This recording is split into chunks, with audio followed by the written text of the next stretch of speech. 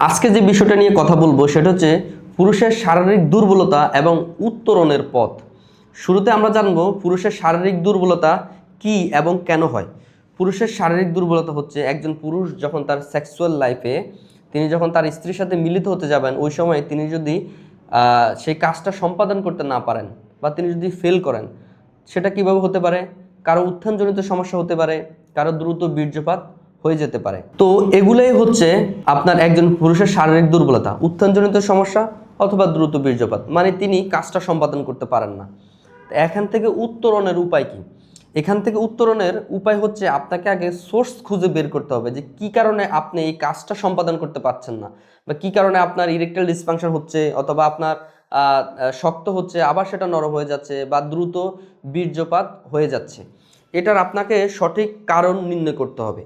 তো উত্তরণের পথের মধ্যে উত্তরণ যেভাবে আপনি এখান থেকে বের হয়ে আসবেন, সেটার জন্য আপনাকে আগে সঠিক কারণ নির্ণয় করতে হবে।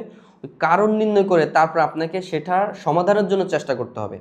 এবং এই ধরনের শারীরিক সমস্যায় আমরা বলে থাকি এটা চিকিৎসার পাশাপাশি আপনার লাইফস্টাইল মডিফিকেশনটা ভেরি ইম্পর্ট্যান্ট। লাইফস্টাইল মডিফিকেশনের মধ্যে কিছু কিছু নিয়মকানুন মেনে চলতে হয়। যেমন হচ্ছে ঘুম ভেরি ইম্পর্ট্যান্ট, স্লিপ, সঠিক সময়ে ঘুম, নিয়মিত 6 থেকে 8 ঘন্টার ঘুম, এবং হচ্ছে আপনার স্ট্রেস ফ্রি থাকা, ফ্রাস্ট্রেশন ফ্রি থাকা। হ্যাঁ, এটা থেকে আপনাকে বের হয়ে আসতে হবে। এবং হচ্ছে কিছু খাবার দাবার আছে যেগুলো আপনাকে গ্রহণ করতে হয়, যেমন হচ্ছে কাঠবাদাম, কাজু বাদাম, কিশমিশ, খেজুর, কলা, ডিম, দুধ, এগুলা খেলে আমাদের টেস্টোস্টেরন লেভেলটা বৃদ্ধি পায়।